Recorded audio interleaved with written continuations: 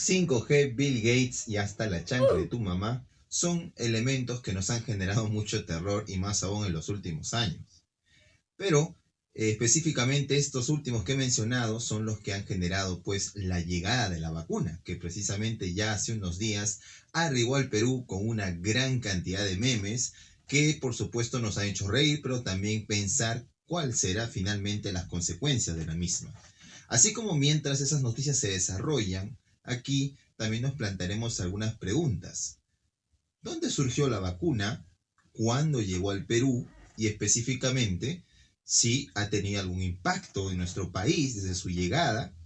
Esas son algunas de las interrogantes que vamos a solucionar en este breve video titulado Una breve historia de la vacuna en el Perú. Acompáñenme a realizar un nuevo nudo y veamos qué nos dice la historia.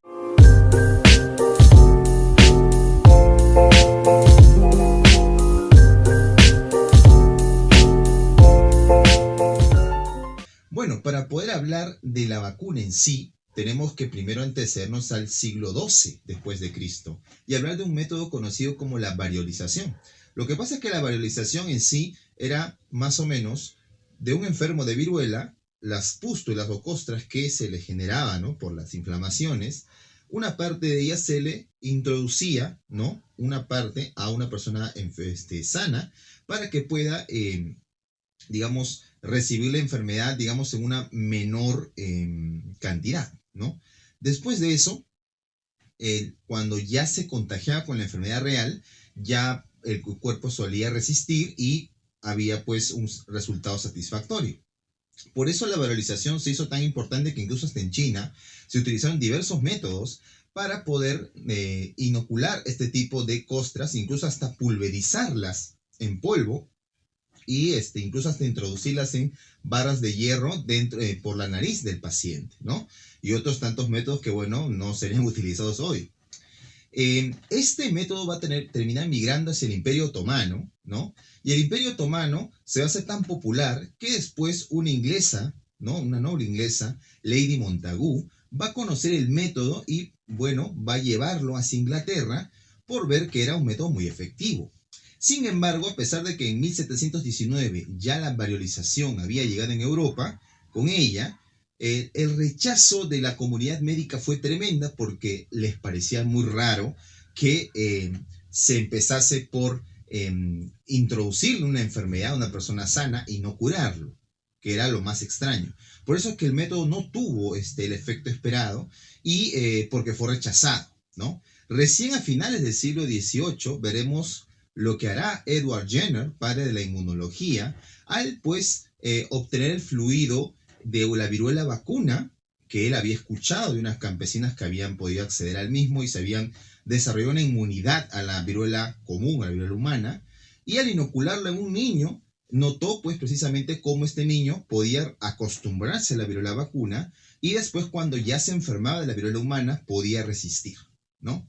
Por eso es que el método de Jenner va a ser muy difundido en Europa y terminará incluso a oídos del rey Carlos IV de España y enviará a toda una flota a una expedición, ¿no?, conocido hoy como la Expedición Filantrópica de la Vacuna, dirigida por el militar Balmis y una serie y un cuerpo de médicos que no solamente traían a la vacuna, no en una jeringa, sino más bien en 20 niños seleccionados, algunos mencionan que hasta huérfanos, y se les inoculaba, por supuesto, también el fluido vacuno, es decir, la viruela vacuna, o lo que será la vacuna, y después de ello iban a viajar pues hacia América para poder difundir gratuitamente este tipo de innovación.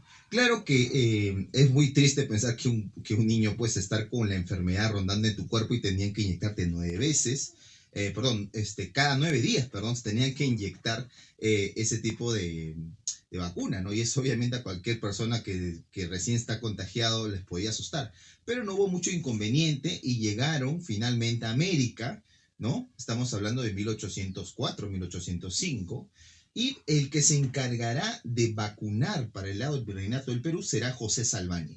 Salvani hizo una campaña prácticamente heroica. ¿Por qué? Porque no solamente por haber pasado por Colombia, Ecuador y finalmente el Virreinato del Perú y morirá en Cochabamba, Bolivia, hacia 1809-1810, va a lograr vacunar a más de 100.000 personas por casi todo el virreinato del Perú. Claro que cuando finalmente entrega el fluido vacuno, ¿no? La cowpox, que era precisamente el que había generado Jenner y le habían replicado los españoles, recién aquí el municipio de Lima, como también las autoridades coloniales, en este caso el virrey, ¿no? Primero fue, en este caso, el virrey Abascal, quien va a terminar organizando todo ello. La vacuna se va a transformar en un nuevo invento necesario para poder organizar la salud. Lo que pasa es que gran parte de la preocupación del Estado no era la salud. La salud era más bien para ellos entendido como limpiar las acequias, que estaban pestilentes, que no se difundan los malos olores, ¿no? Que haya limpieza, pero no había una definición de realmente qué es la salud. Con la vacuna se estaba cuestionando incluso ya un elemento teórico médico que hablaba que las enfermedades se contagiaban por los miasmas. Los miasmas o efluvios eran olores pestilentes que si con solamente tú entran en tu cuerpo, podías contagiarte de una enfermedad probablemente hasta mortal. Por eso es que este cuidado estaba basado en estas normas. Sin embargo, la vacuna va a ir cambiando todo ello. Para las guerras de independencia en 1820 y 21, ese fluido traído por Salvani se pierde. San Martín, que llega justo en plenas epidemias que habían en Lima, tanto de fiebre amarilla, de cólera y otras tantas más, llega a una Lima enferma y va a tener que también decretar medidas para poder rescatar un fluido, para poder restaurar la vacuna que había traído Salvani, ¿no? Se van a crear establos y todo lo necesario. Pero la inestabilidad de la República después de la partida de San Martín va a impedir que esto efectivamente ocurra, ¿no? Recién en la era del guano, con la llegada de Ramón Castilla en 1847, habrá un elemento para no solamente unir a la iglesia, sino también a vacunadores pagados para que puedan difundir el fluido, ¿no?, que habían recuperado hacia el interior del país. Pero tampoco fue muy fuerte. Incluso en la década del 50, en el siglo XIX, algunas figuras como Cayetano Heredia, ¿no?, y después Roque y Boloña, que conseguirá nuevamente tener un fluido de gran calidad que será exportado después fuera del Perú, intentarán nuevamente aplicar la vacunación, pero encontrarán, por supuesto, muchas resistencias, ¿no? Incluso la negación de mandatarios con enfermedades tan terribles como la fiebre amarilla, ¿no? La fiebre amarilla, si bien no fue curada por la vacuna en su momento, se estaba difundiendo diferentes curas para ello, pero tanto así que la vacuna con el tiempo va a generar que la fiebre amarilla y después la peste sean tratados y un mejoramiento de lo que es la medicina en el Perú.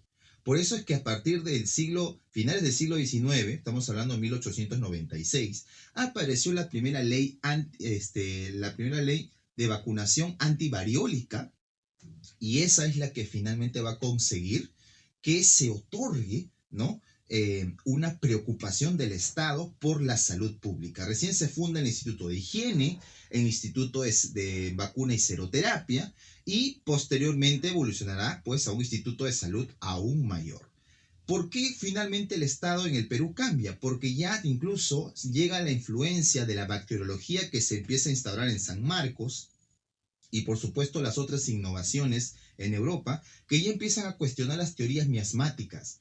Pero lo más curioso no es que los médicos hayan cambiado su forma de pensar cómo se contagian las enfermedades, sino también las personas aún continuaban con esas ideas. Por eso es que las vacunas durante un tiempo continuaron siendo rechazadas, y el nuevo papel del Estado será también rechazado por una cuestión muy sencilla que ahora todo el mundo repite cuando no quiere saber de vacunas: violación de la intimidad, violación a la libertad pública y, por supuesto, qué garantía le daba a mucha gente si estas vacunas realmente, o la preocupación del Estado era real.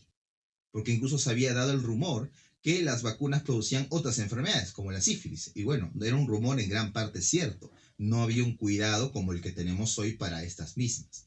Sin embargo, la fiebre amarilla, la peste y la viruela serían exterminadas del Perú en el siglo XX gracias a una campaña de vacunación desde los años 30 que va a durar hasta cerca de 20 a 30 años.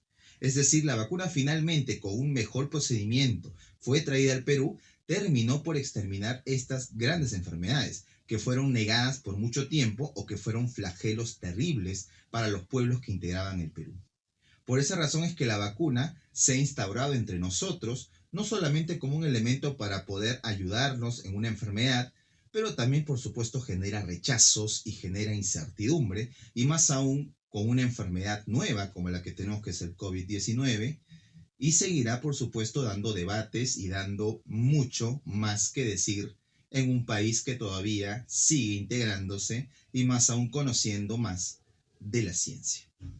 Bueno, quiero terminar este corto video mostrando algunos libros que he consultado para generar estas ideas. El primer libro es de Marcos Cueto, El regreso de las epidemias. Marcos Cueto, un gran historiador de la salud, que actualmente dirige una revista prestigiosa en Brasil.